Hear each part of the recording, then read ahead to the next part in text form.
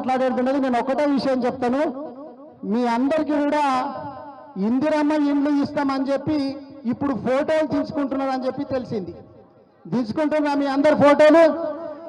కానీ అంతకుముందు ఏడాది క్రితము ప్రజాపాలన అని చెప్పి మీకు ఎవరెవరికి ఏమేమి కావాలా, రేషన్ కార్డులు ఎవరికి కావాలా, ఇల్లు ఎవరికి కావాలని చెప్పి అప్పుడు కూడా రాసుకున్నారు కదా. అప్పుడు 6 గ్యారెంటీల పేపర్ కూడా మీ దగ్గర ఇచ్చి పెడితే మీరు పెట్టేలా పెట్టి ఉంటారు కదా. మరి అప్పుడు తీసుకున్నదే మళ్ళీ ఇప్పుడు కొత్తగా తీసుకుంటారు. అంటే అందుకే ఇప్పుడు మీరు మీ దగ్గరికి ఇట్లా మళ్ళీ ఎవరన్నా వస్తే అప్పుడే రాసుకున్నారు కదా మాకు కావాల్సిన ఏమేమి కావాలనో, రేషన్ కార్డు కావాలన్నా, ఇండ్లు కావాలన్నా, పెన్షన్ కావాలన్నా అని చెప్పి అప్పుడే రాసుకున్నారు కదా.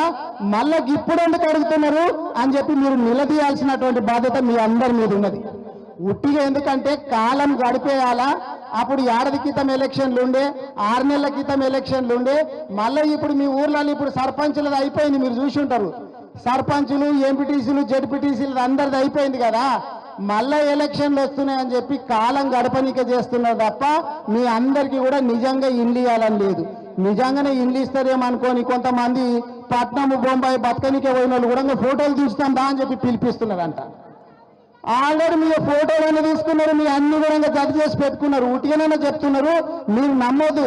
మీరు ఒక్కటే గుర్తు పెట్టుకోవాల్సింది ఏంటంటే వాళ్ళు అప్పుడు 6 గ్యారెంటీలు అని చెప్పి పేపర్ మీ దగ్గర ఇచ్చింది కదా, అవి మీ పెట్టెలలో పెట్టుకొని ఉన్నారు కదా, గవి తీసుకొని ఉండాలి. ఎవరు మీ దగ్గరికి మళ్ళీ వచ్చినా గది తీసి గీది చూపెట్టాలా.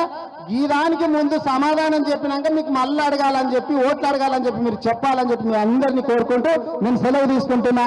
జై తెలంగాణ, జై కేసీఆర్, జై కేటీఆర్.